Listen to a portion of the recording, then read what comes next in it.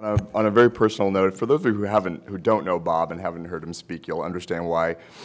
Of all the people I've met, I think Bob is one of the very few who has earned my deep respect and admiration, and just means so much to me in my life, so thank you.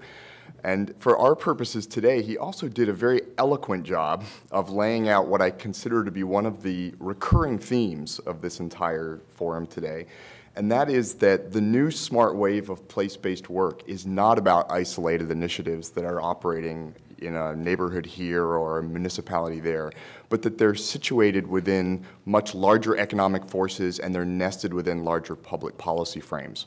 This is a theme we didn't just invent for the purposes of this forum, but as Jim said, everything that we're discussing here today has evolved from a year-long process, a series of meetings, an extensive amount of writing, and so in a real sense what we're hearing today is the accumulation of a very rich body of thinking on this topic from very bright minds, and hopefully we'll be laying the groundwork for some future thinking that'll take us even further.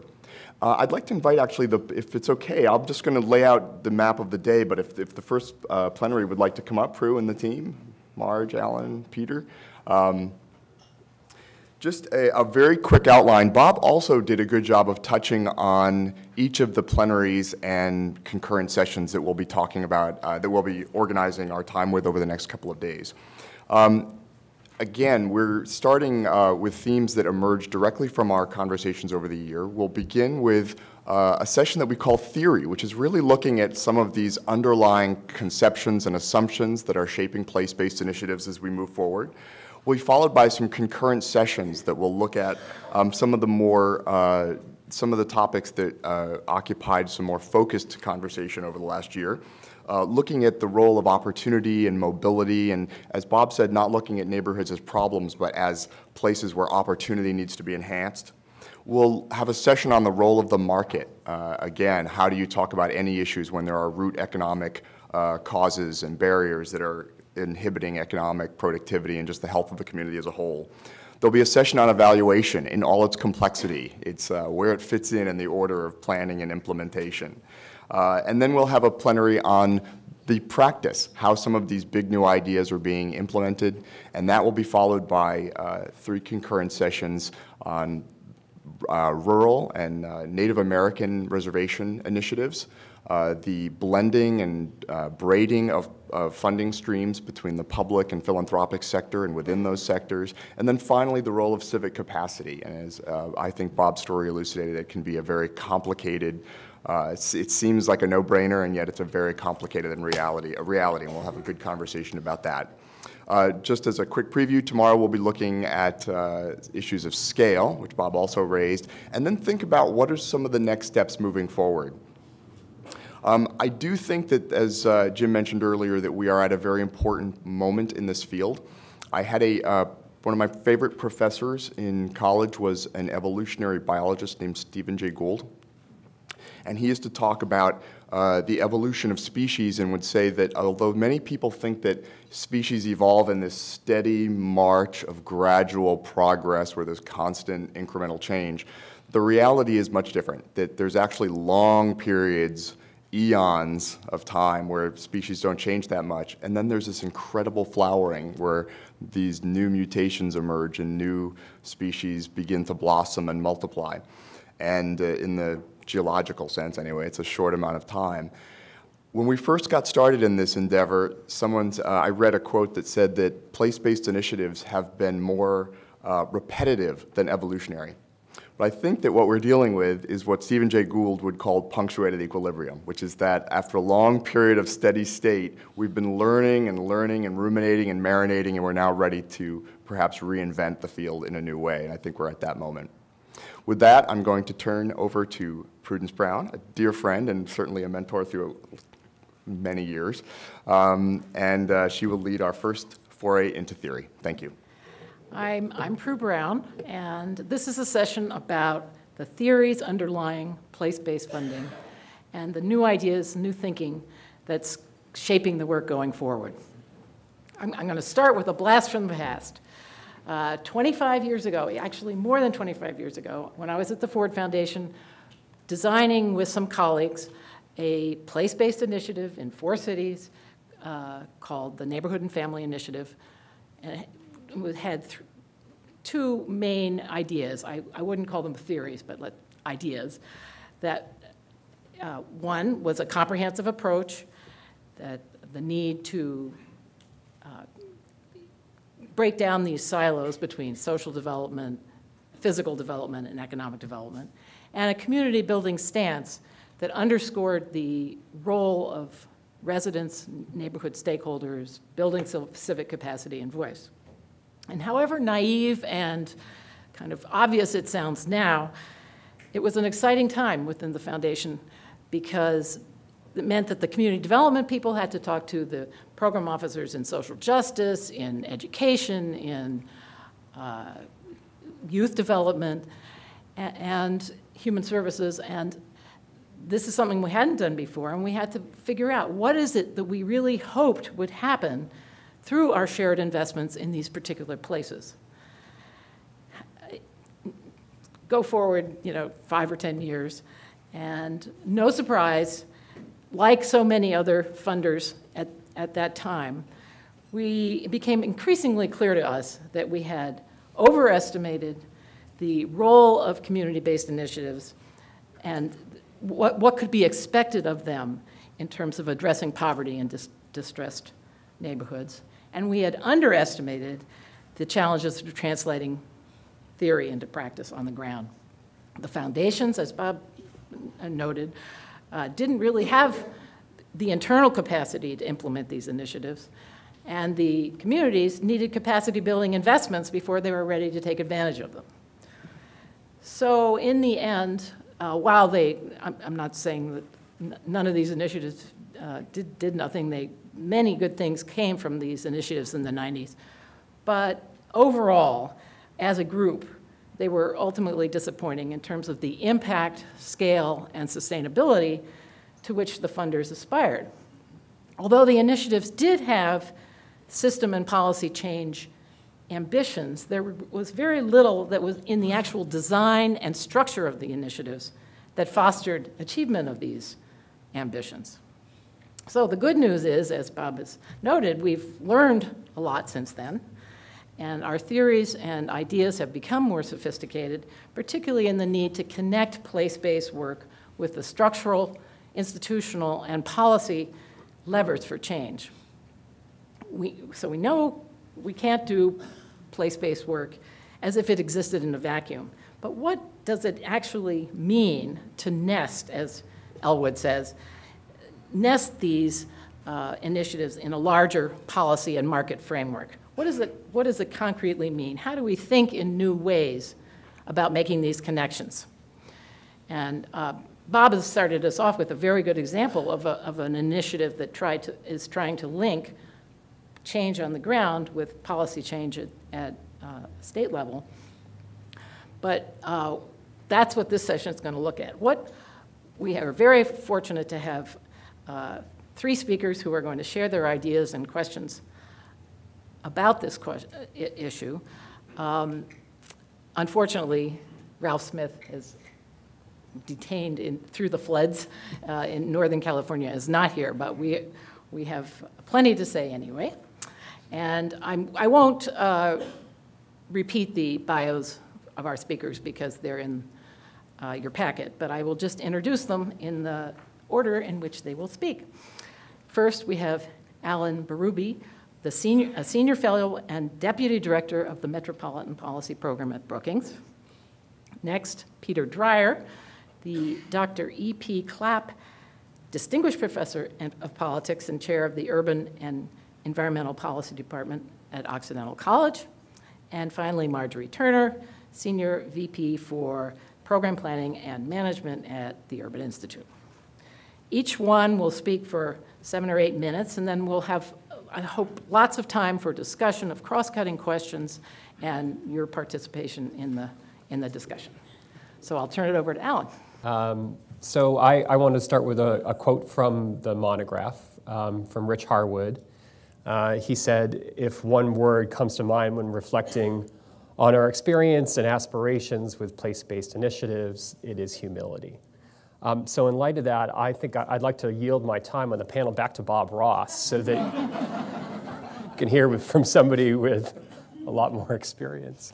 But rather than tell you everything that I think, I thought I might just pick off a few things that I thought about when I read the monograph, and then a few themes that ran through the monograph that struck me when it comes to the theory of place-based initiatives. So one thing that struck me off the bat was that no one, or at least almost no one, who was a participant in these discussions, a respondent to the monograph, argued that place-based initiatives, philanthropic or otherwise, are the sole solution to poverty in America. In fact, most people seem to be somewhere in a continuum of these are necessary but not sufficient to, oh, don't waste your time on these sorts of things.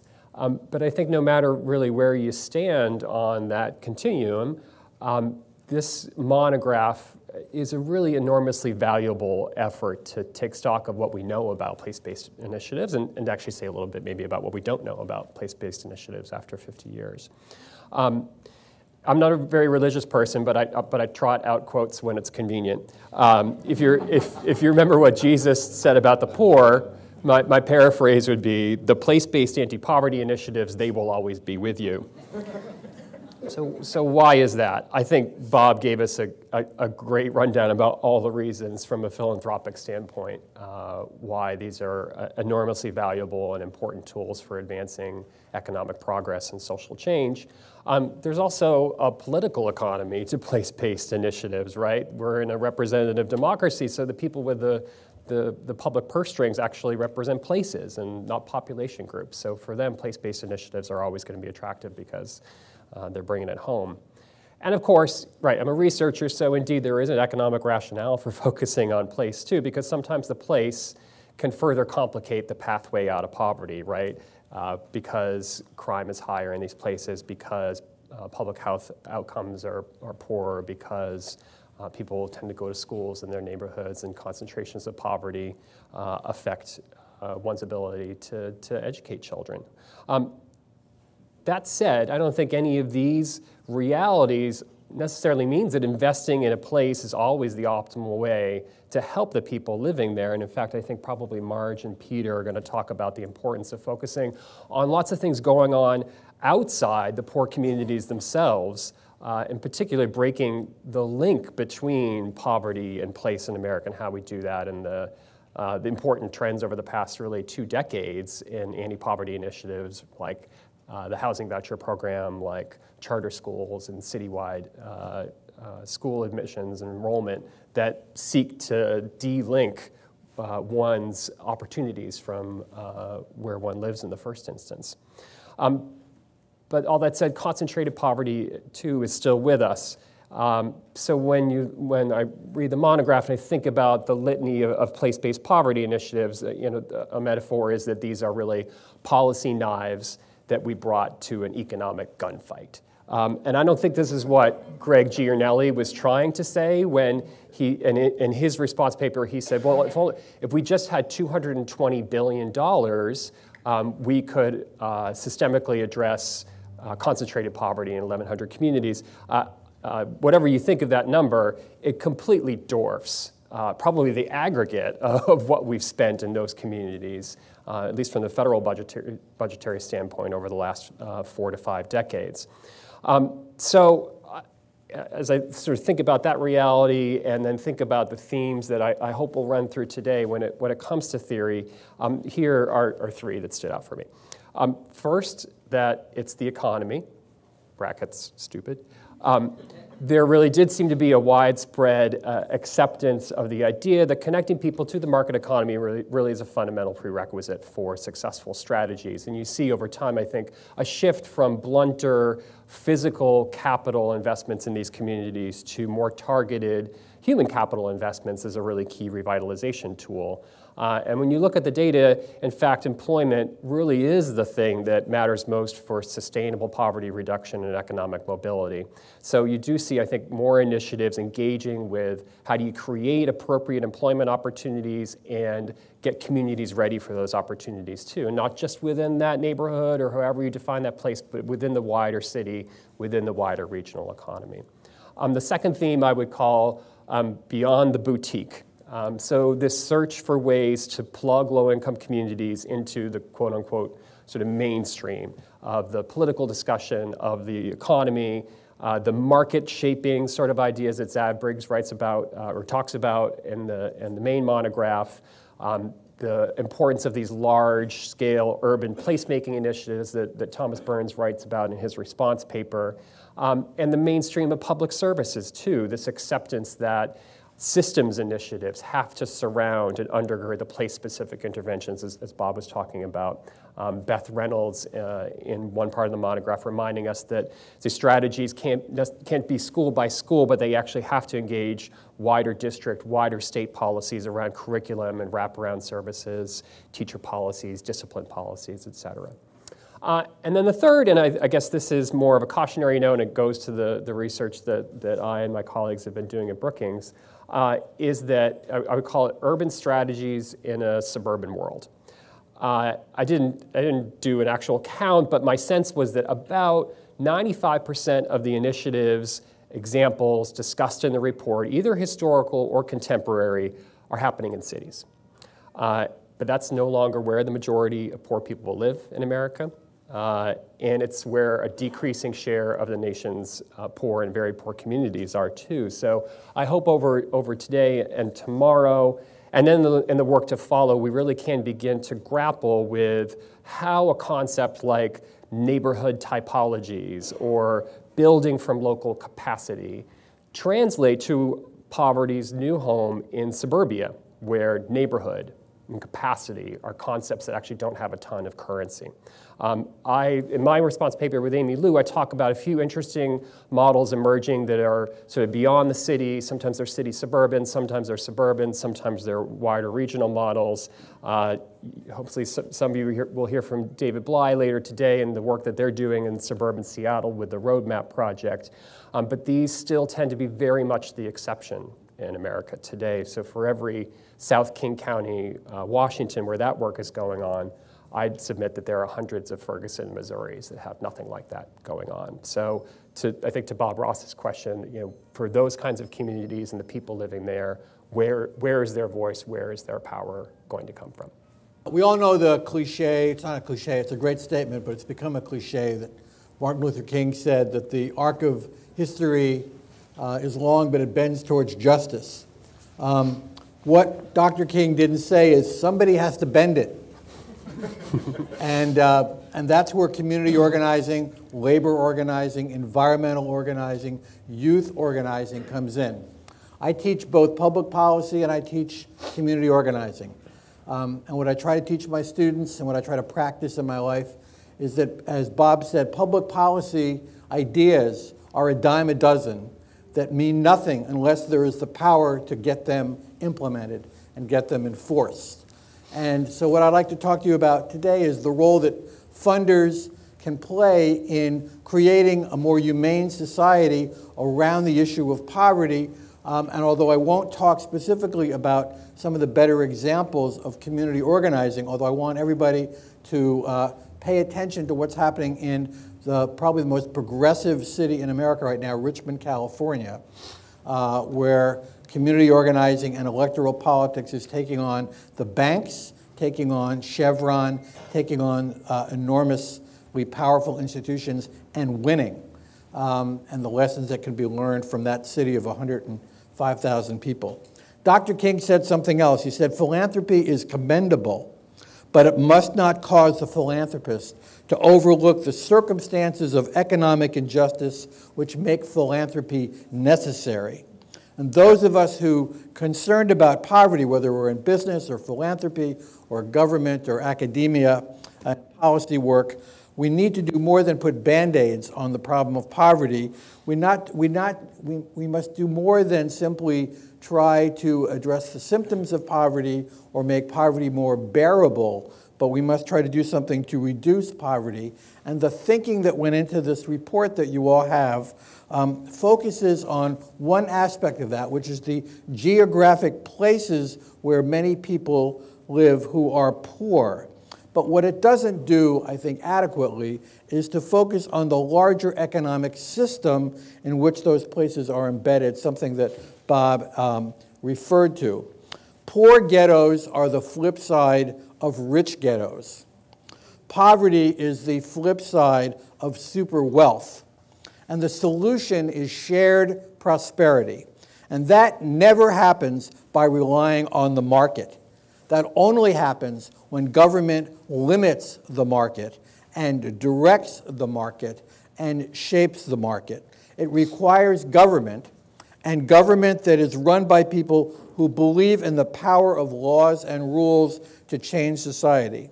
And those are the basic points of my book, time for a commercial, Place Matters, where we talk, my colleagues and I talk about the importance of power as part of the analysis of poverty. Most of the discussions of concentrated poverty miss the larger picture that involves economic inequality and the concentration of income, wealth, and political power. The concentration of wealth and the gap between the super rich and everyone else is larger in the United States than in any other affluent society. And so we should not be surprised that we are also more geographically segregated than other affluent societies. In recent decades, America's places, neighborhoods, cities and suburbs, and regions have become more unequal. And economic classes are becoming more separate from each other in terms of where the rich increasingly live with other rich people and the poor with other poor people, and the middle class is descending into the closer to poverty than to wealth.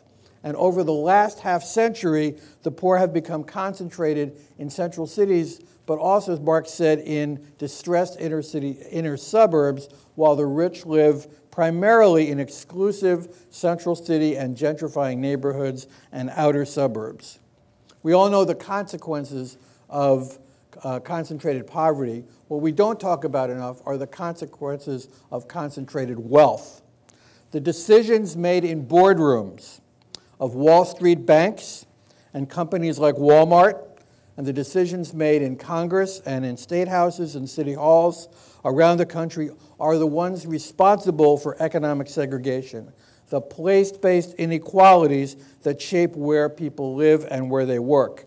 Whether it's redlining or predatory lending of banks, or the labor practices of companies like Walmart that pay most of their employees poverty-level wages, or the policy decisions of government regarding exclusionary zoning or minimum wages or the outsourcing of jobs, they're part of the system that creates and exacerbates geographic segregation and poverty.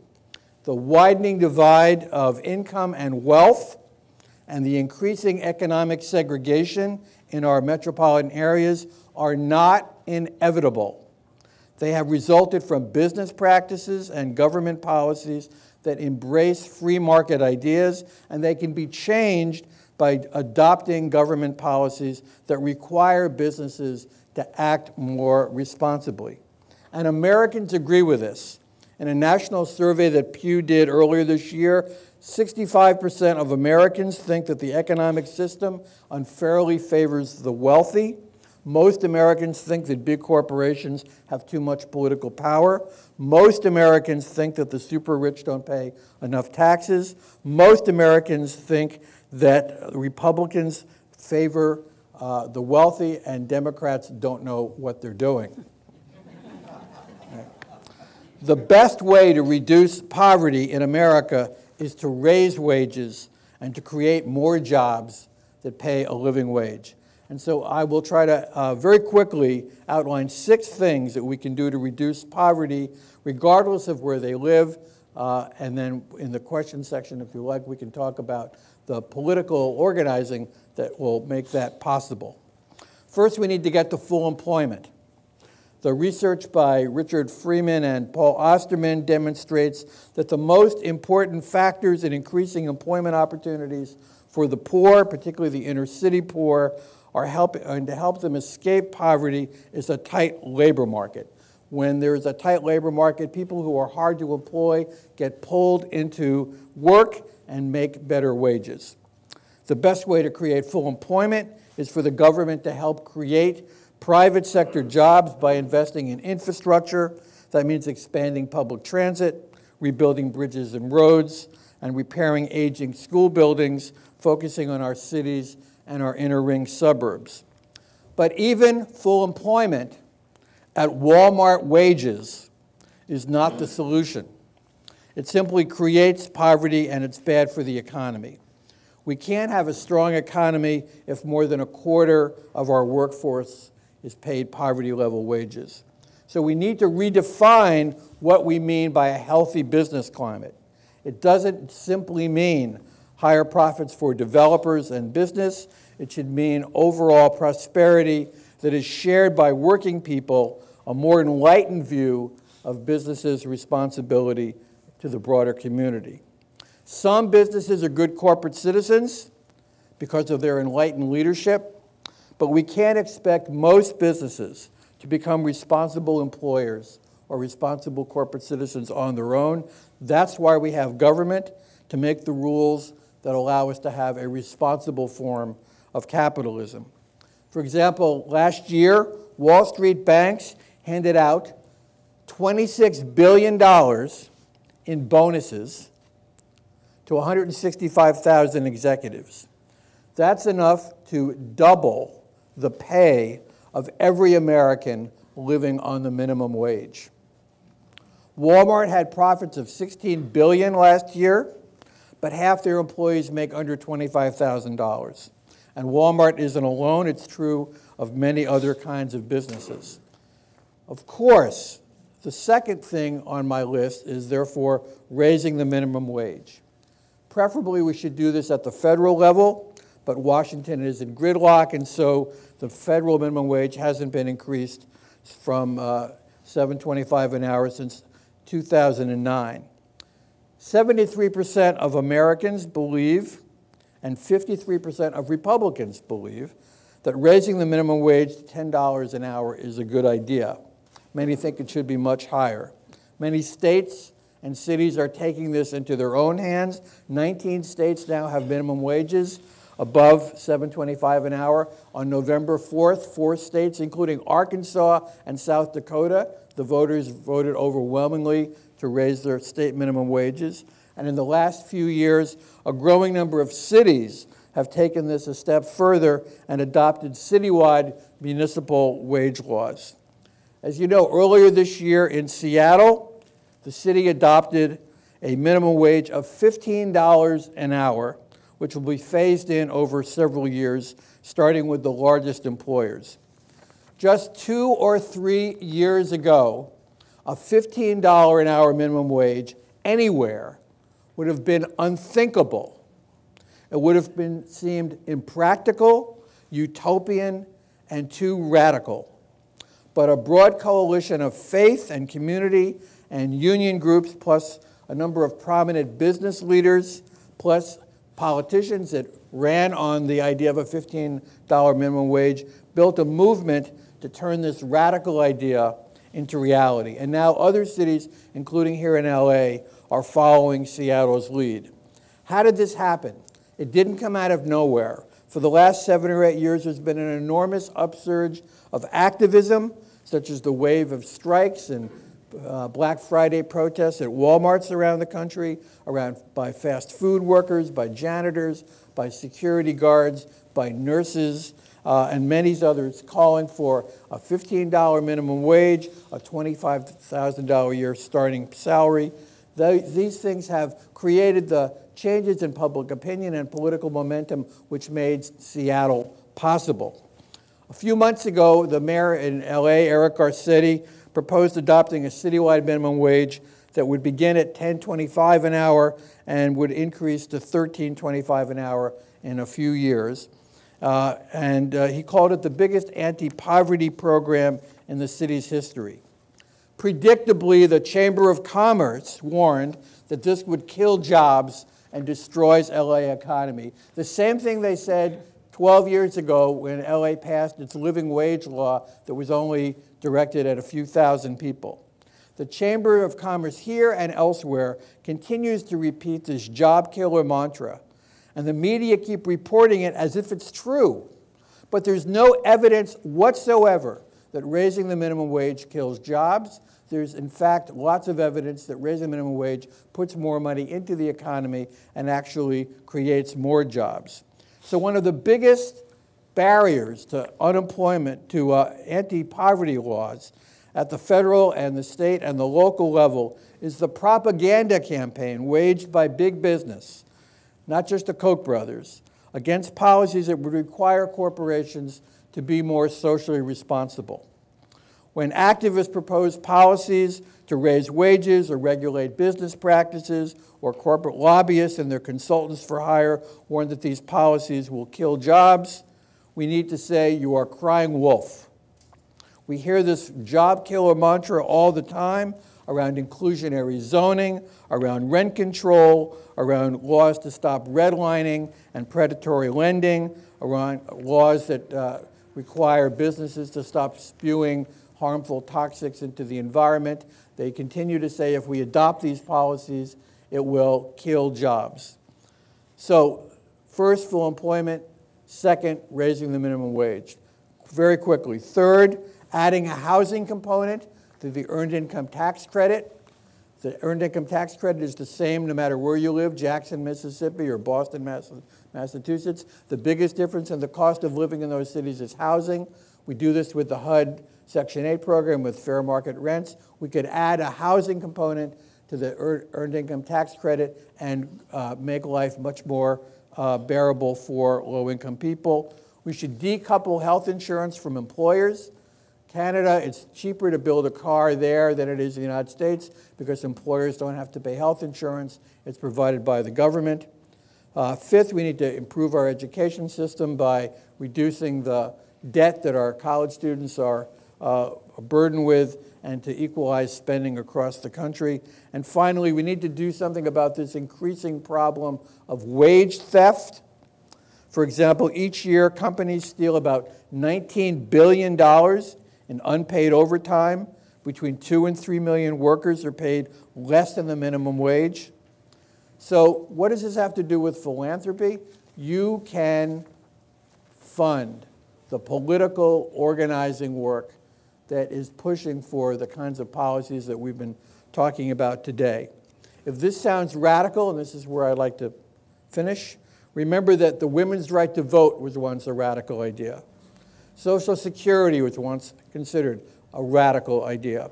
Title IX was considered a radical idea. And the very idea of a minimum wage was considered a radical idea. Now we take these ideas for granted. What history teaches us is that the radical ideas of one generation are often the common sense of the next generation, but that requires politics, social movements, and organizing. So I began with a quote from Martin Luther King. Let me end with a quote from Helen Keller. Toward the end of her career, she was speaking in a Midwestern college, and a student asked Miss Keller, "Is there anything that could have been worse than losing your sight?" And Helen Keller replied, "Yes, I could have lost my vision." Thank you. Thanks. Good morning. It's really great to be here. I knew when I decided to come that I'd be learning a lot over the course of 2 days, and I feel like I've already learned a lot this morning. It's been really terrific. So I'm going to try to make 3 points today, and in a lot of ways they echo points people have been making already. The first is that place matters. If we care about poverty, we can't ignore neighborhoods. Second, the strategies that we employ should be place conscious in my thinking, not myopically place based. And third, race matters. as we tackle poverty in place. We can't forget or talk past the central role of racial inequality and injustice. So I'm just going to elaborate on each of those 3 points a little bit. So the first is the importance of place. Neighborhoods play an enormous role in shaping the well-being of families and kids. They're the locus of essential public and private services, with schools being perhaps the most important. Neighborhoods and neighborhood institutions help transmit the norms and the values that influence behavior and teach kids what's expected of them as they grow up. And where we live directly affects our exposure to crime and violence, which we're learning have just profound impacts over the long term on our physical health and our mental health. So we know that conditions in the most severely distressed neighborhoods undermine not just the daily quality of life, but the long-term life chances of parents and kids. And in fact, Pat Sharkey's recent work is teaching us that living in a severely distressed, high-poverty neighborhood undermines some outcomes across generations. We know well that tackling poverty, especially intergenerational poverty, would require sustained interventions at multiple levels. There's just obviously no single silver bullet here. Nationwide efforts to expand employment opportunities, to boost wages, to strengthen the system of work supports, and to bolster the social safety net are clearly necessary. But I'm convinced that even if we made huge gains in all those spaces, it wouldn't be sufficient for the families who are currently living in the most severely distressed neighborhood environments. Because conditions in those neighborhoods trap and isolate people and would hold them back from connecting to and taking advantage of expanded opportunities in the larger systems. So I'm convinced that interventions explicitly targeting the neighborhood conditions that are most damaging to family well-being and kids' long-term life chances have to be part of this larger policy portfolio. So, today, I'm seeing the most innovative practitioners, scholars, advocates, funders defining this next generation of strategies that I am calling place-conscious rather than place-based. This emerging approach really recognizes the importance of place, and it focuses on the particular challenges of distressed neighborhoods. But it's less constrained by narrowly defined neighborhood boundaries. It's more responsive to the realities of family mobility and change, and it's more attuned to region-wide conditions and opportunities. So I want to highlight 3 defining characteristics of this emerging place-conscious approach. So the first is when we think about our own lives and our own opportunities, we know that many of the opportunities any family needs to thrive are located outside the immediate neighborhood in which we live. So these emerging place-conscious initiatives are working to connect to the city and regional opportunities, which are not the same in every city and region, but to connect to city and regional opportunities in addition to expanding opportunities inside the boundaries of their target neighborhoods. Second, the optimal scale for tackling challenges that we recognize at a neighborhood level really varies across policy domains. Place-conscious initiatives are not only working horizontally by integrating and linking efforts across policy domains within a neighborhood. As we heard this morning, they're also working vertically by activating city, state, and even federal policy levers and resources. So it may be about the neighborhood, but that doesn't mean all the action has to happen in the neighborhood. And I think Dr. Ross made this point far more compellingly than I possibly can, including with the emphasis on power building from the neighborhood in order to effect change in larger systems. So the third distinguishing characteristic I want to highlight is that poor people move a lot. We all move a lot. Poor people move with even greater frequency than more affluent families. And this mobility creates, I think, both challenges and opportunities for the way in which we think about neighborhoods and neighborhood change. Place-conscious initiatives recognize the realities of that mobility and plan for it, including interventions that help families stabilize so that they don't have to move as much if they don't want to and it doesn't serve their needs, but also interventions that help some families who want to move to neighborhoods which have richer opportunities for them at a given point in time. So in effect, they're working to ensure that neighborhoods function effectively as launch pads for families, whether those families choose to stay in the neighborhood or whether they choose to move someplace else. And I want to be very explicit here that I see mobility assistance strategies, inclusion strategies, and neighborhood improvement strategies, revitalization strategies, as complementary place-conscious approaches, not as competing or dueling ideologies. So, my third point, that as we tackle the challenges of poverty and place, we really have to confront, be explicit about the role of racial inequality and injustice. Neighborhoods of concentrated poverty and distress aren't the result of some natural or normal housing market operation. Massey and Denton taught us a long time ago in American Apartheid that it was discriminatory policies and practices confining African Americans to segregated city neighborhoods that produced neighborhoods, communities, with much higher poverty rates than existed in any white communities, and that triggered a spiral of disinvestment and distress and decline. And that spiral was exacerbated by the fact that these poor minority neighborhoods were subsequently starved through various forms of redlining of the resources and the investment that any community needs to thrive, like financing for home ownership, business investment, and essential public sector services like quality schools.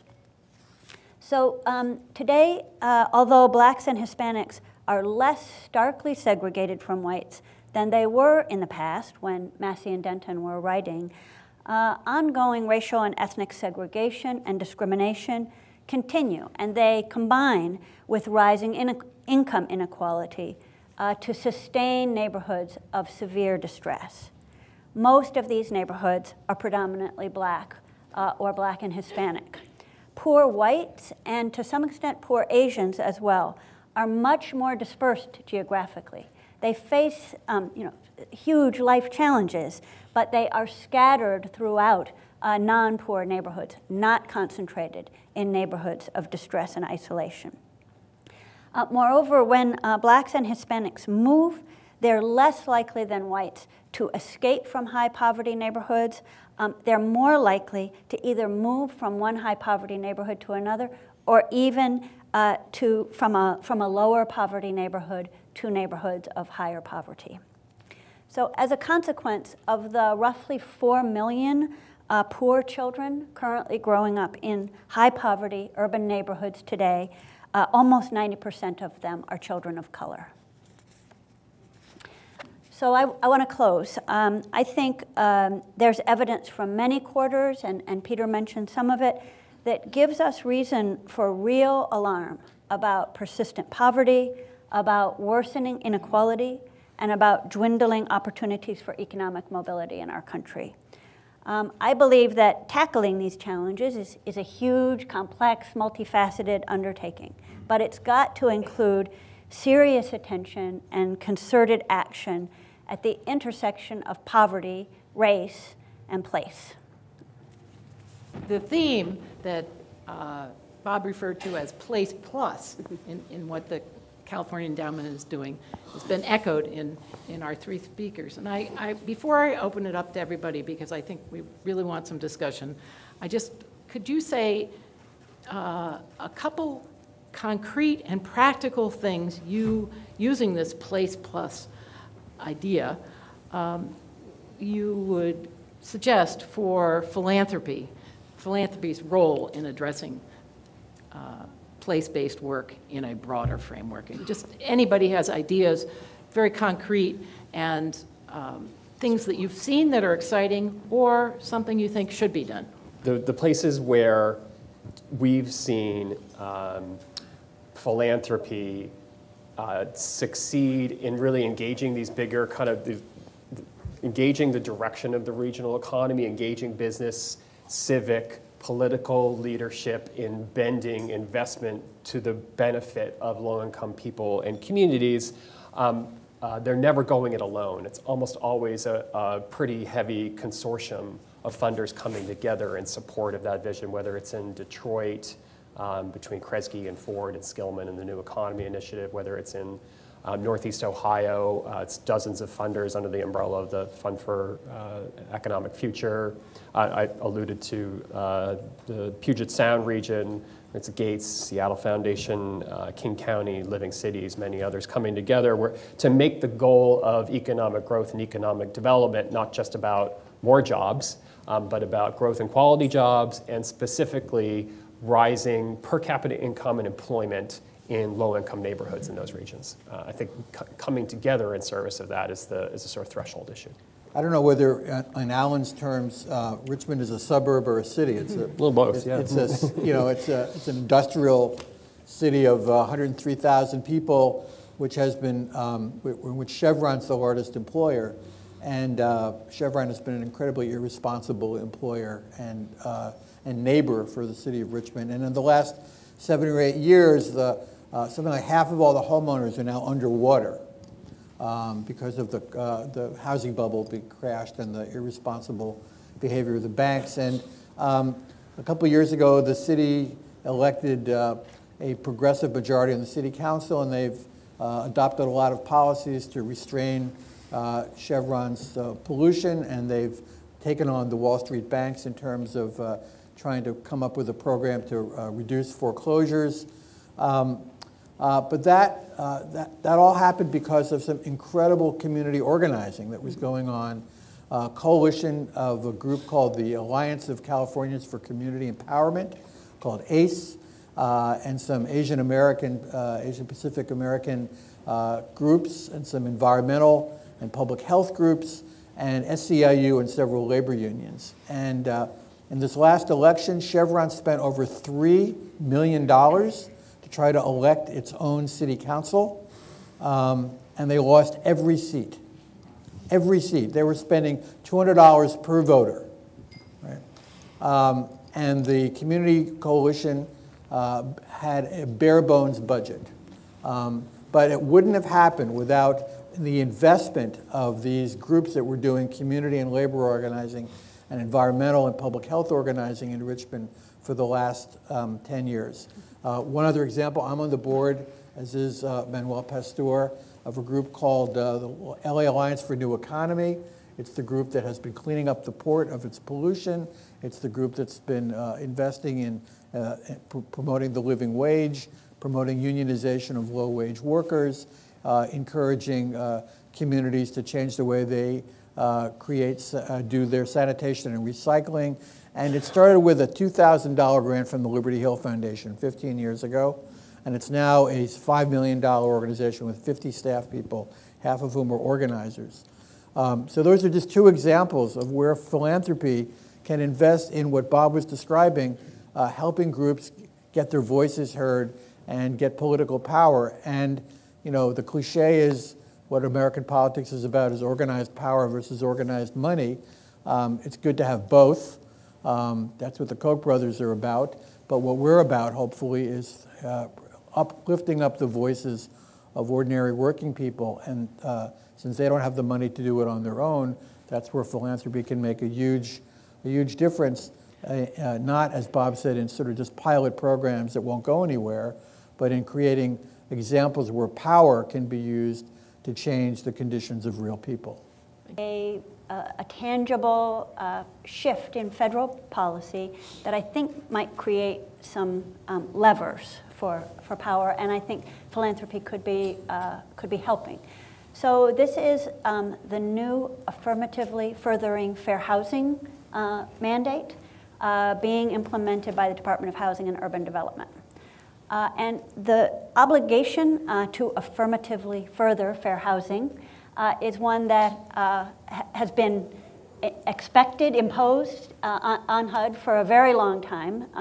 It's a statutory mandate. It has been interpreted in differing ways over the decades, and I would say enforced weakly and sporadically. So the current administration this is one of those under the radar things, I think, that this administration has done very thoughtfully, spent a lot of time thinking about what does it really mean to affirmatively further fair housing. And they've articulated a way of thinking about the objectives that I think is really consistent with this Place Plus framework we're talking about today. That a world with truly fair housing would mean that neighborhoods of color and neighborhoods where people have lower incomes would not be starved of opportunity or isolated from opportunity. Those would be great places to live. But also that people of color and people with lower incomes wouldn't be excluded, limited, constrained in their choices about where they would like to live, where is the best location for them. So the notion here is that HUD is going to be putting some pressure, imposing some expectations on local governments to understand what are the barriers to this broader concept of affirmatively furthering fair housing. What are the barriers and what could our community be doing to move in a positive direction? And how should resources be deployed? Not just the federal government's resources, but resources more broadly. So, there's a lot that can go wrong with that mandate, but there's also, I think, it creates a moment when philanthropy and community-based practitioners could come together and use the leverage of a federal mandate to engage in some really serious conversation, planning, and action that could move us forward, not just on the people can move where they want to front, which is one important part, but also on the places ought to be great, no matter who lives in them front, which we're also talking about today. This is for, I'm Bart Harvey and former chair and CEO of Enterprise, and this is for Peter, but for the whole panel, that the globalization of business has changed a lot about what the labor markets are in this country when you have multinationals that can move to cheaper places. You're fighting in a very different war today to get minimum wage, to get our economy working in the way that it fully employs people. And we've seen it in neighborhoods and places left behind, and the arguments that come from the other side is you're making a very expensive place to do business in the United States, and companies and others that will move around the world to where they can get the cheapest labor, et cetera, i.e. Walmart, et cetera. So how do you take this very real, very dynamic, very powerful market force of a global economy and workers everywhere in the world that can access and work for companies today? And I just wondered how that changed your thinking. Okay, that's a good question. Two things. One is that increasingly, the employment in big cities and even suburbs are pretty sticky. It's true that the garment industry, there's a small garment industry here in LA, left from, there were about 200,000 garment jobs in LA just 20 years ago. Now there's about 50,000. There's no way to keep that here for very long. The same thing is true in New York. There are some low-wage manufacturing, goods-producing jobs that are probably going to go to places like Bangladesh, where Walmart's partly responsible for the death of 1,000 workers at the Rana Plaza collapse last year, and won't take responsibility for doing anything about it. But the truth is that here in Los Angeles, for example, most of the most effective organizing is happening when confronting industries that really have no place else to go. The port isn't going to move. The hospitals aren't going to move. The hotels are not going to move to Mexico because we have a big tourism industry. The universities are not going to move. And if you do an assessment of what kind of industries are left in the United States, particularly in the cities, they're mostly pretty sticky. And so they're the threat to move if they unionize or increase the wages of the workers or require stronger OSHA or environmental requirements is really, like I said, crying wolf. A couple colleagues of mine and I started a website called the Cry Wolf Project. You can go on the web and look at it. It documents over the last 100 years, many thousands of times in which business lobby groups have said that if you do this, you will destroy the economy. They said this about child labor laws. They said this about seat belts. They said that, seriously, the automobile industry said if you require us to have seat belts, the automobile industry will disappear, won't be profitable anymore. And they were just lying, and yet, they keep repeating it. There's a woman here in LA named Carol Schatz, who's the head of one of the larger business lobby groups, and she kept saying that if we had an inclusionary zoning law in Los Angeles, no one would build housing. There's no evidence for that whatsoever in the 100 cities in California that have inclusionary zoning, but she keeps repeating it, and the LA Times keeps repeating her. And it's just BS. And so I don't believe that the threat that Bart mentions is as real as people say. And finally, the biggest thing that could save business money, as I mentioned briefly in my opening remarks, is to decouple health insurance from employment. That's the biggest obstacle to lots of businesses paying living wages right now, is that health insurance is so expensive for employers, even with the Affordable Care Act, that it's a barrier. And so, my dad was a union worker, and we had health insurance when I was growing up, and I'm glad we did. But in a more civilized society like Canada, the employers don't have to pay for health insurance. That's the society's responsibility. It comes out of taxes, and it's delivered by, as in Canada, a single-payer healthcare system. If we had that in this country, then a lot of businesses wouldn't be crying wolf as much, although they will always be somewhat crying wolf. In many urban areas, lots of big sticky employers. In other urban and metropolitan areas, there are employers that aren't so sticky. They're really, a big source of already good jobs, whether it's manufacturing in Northeast Ohio and Louisville, Lexington, where we've been spending some time, with this aerospace industry in Puget Sound.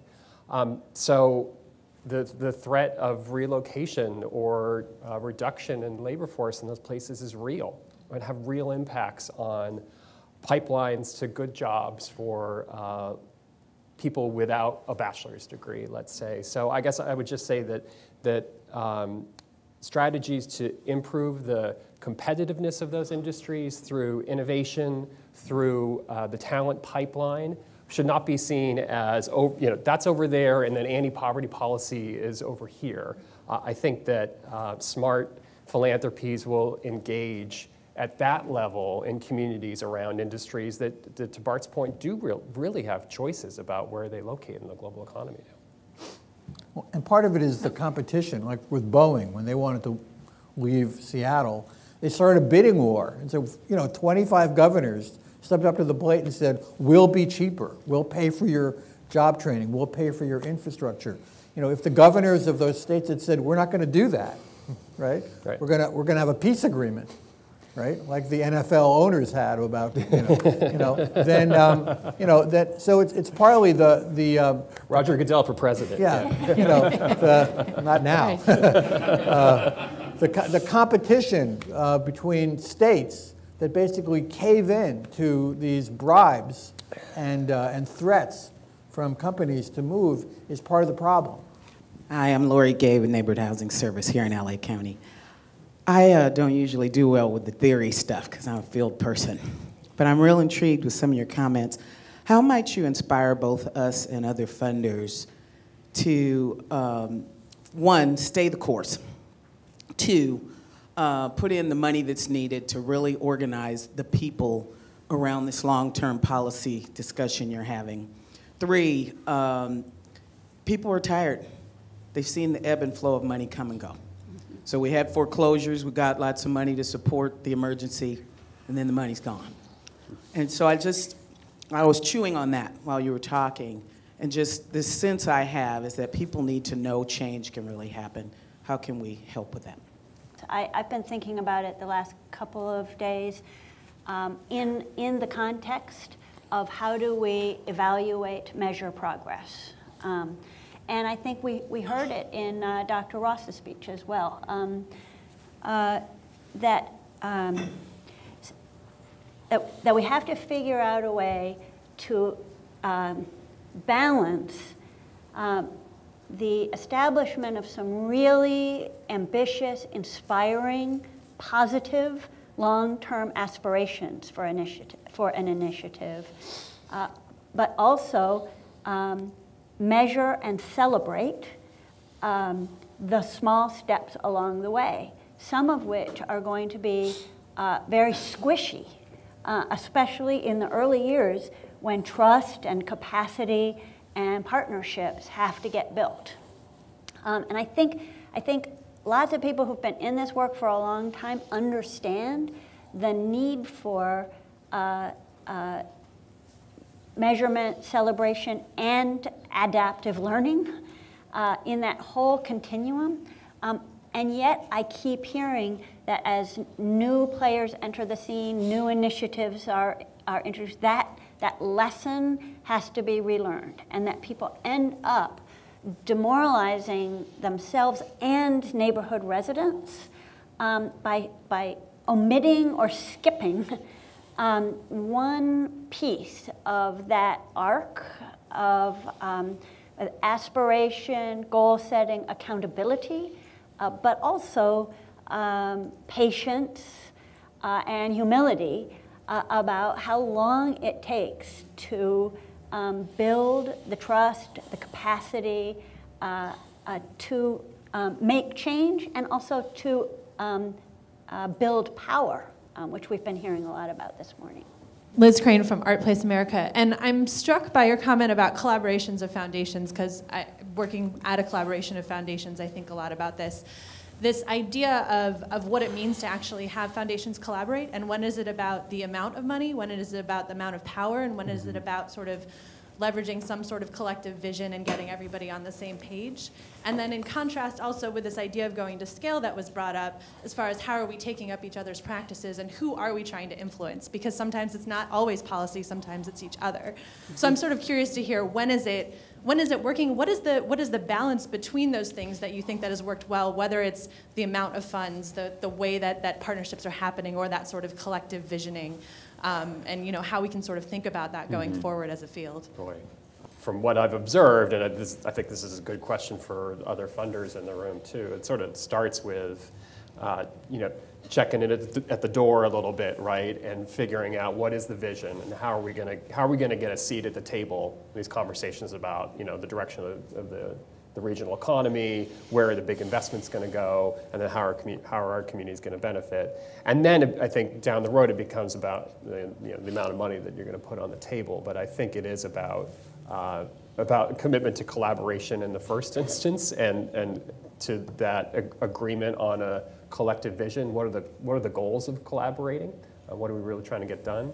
And then I think the financial commitment sort of follows from there. There's an interesting story about the Detroit Art Museum. You're probably following this rather closely, but that's a great, I think, case study in terms of how folks got something big done. There were big dollars on the table, but in the first instance, it took a few individuals agreeing that this is something that they needed to do together. Your question got me leaping out of my seat. So what we've learned, a couple of things, because we've done both philanthropic collaborations and we've gone alone too, right? There was an article, case in point, there was an article in the LA Times about, it was right before the election, where Prop 47, which was a criminal justice reform measure, ballot measure, passed in the last election. And the article was by an investigative reporter from the LA Times who did it was a front-page article above the fold, two-page story, 2 or 3 page story about how philanthropy had come together to support sort of the policy and work behind the ballot measure, basically. And it talked about us and Open Society Foundations and Atlantic and Ford. And so what happened was that the tone of the article was basically that, and I'm summarizing it, that George Soros and the left-wing philanthropic conspiracy led California by the nose to move this ballot measure forward, right? Now, it was true that we came together, but it wasn't because George Soros called me and said, hey, Bob, I have an idea, right? The fury of communities around the prison pipeline is what put us in that space, right? And so, moved by that energy and that passionate voice, we were compelled to act in support of what we heard, right? And using the bully pulpit, both our money to support some of the work on the ground, but also our brand, right? And so this issue, probably the one thing we've learned more than any other, and we try to be really surgical about it. You saw it in some of the clips, some of the Health Happens Here stuff and the Do the Math campaign. So we funded that stuff, and a lot of that stuff you won't see California Endowment, you'll see Health Happens Here. But what happened there is that when we hear something with enough clarity and resonance and voice from community leaders, where they're basically saying, we want you to use your brand and your institution on behalf of this issue. And I can't tell you sort of how exactly that works. All I can say to you is in some cases, for example, with the undocumented work, it's not popular territory. We did a lot of that alone, and we were willing to go alone on that one. On the criminal justice reform work, there were others, folks sort of in that space, and we've come together and we have sort of a collaborative effort. But it's driven. I mean, maybe George Soros, does have this vast left-wing conspiracy thing in his head, but we came together on common ground. But that was an example of philanthropy sort of coming together with money. In the other circumstance, us being compelled to act because our institutions and our brand actually have capital, right? But you got to be surgical and careful about when you're going to deploy that, and you got to be careful and thoughtful about when is it more useful to have the communities, their own institutional sort of brand out there, and when is it important for us to apply our own? And we're not smart enough about this yet to even write that up. Like, what are the lessons here? All we know is that we are mid-flight kind of learning those lessons, but they're absolutely, absolutely critical. And the last point I'll make, and I'll get off this mic, I promise. No one else, I shouldn't say no one else, it's very difficult for any other institution to fund advocacy and organizing. The government can't do it. Corporate America is not going to do it. IBM's not going to do it. Okay? And so in the world of sort of advocacy and organizing, and Peter pounds us about this, no one else can fund it, okay, with the kind of commitment that we can. oftentimes communities look to us, and this is what needs to be righted, because we heard a lot in those early Building Healthy Community conversations about, we need your money for this after-school program. And so, you know, the direct service stuff, while the federal government is spending $1 billion per B-1 bomber, right? We don't want our money there. Where we really want our money in the long run is in changing the equation, right? And changing the public financing streams. We will spend $150 million next year on grants and building healthy communities. It is 0.09% of the state's Medicaid budget. Okay, Medicaid spends more in an afternoon than we spend in a month, right? And so we've got to figure out a way to use our dollars to leverage those public financing decisions for more resources, but also existing dollars, just like the Do the Math campaign, right? And so I just wanted to, I didn't have time for that, so I need to get that out there now. Thank you. Thank you very much.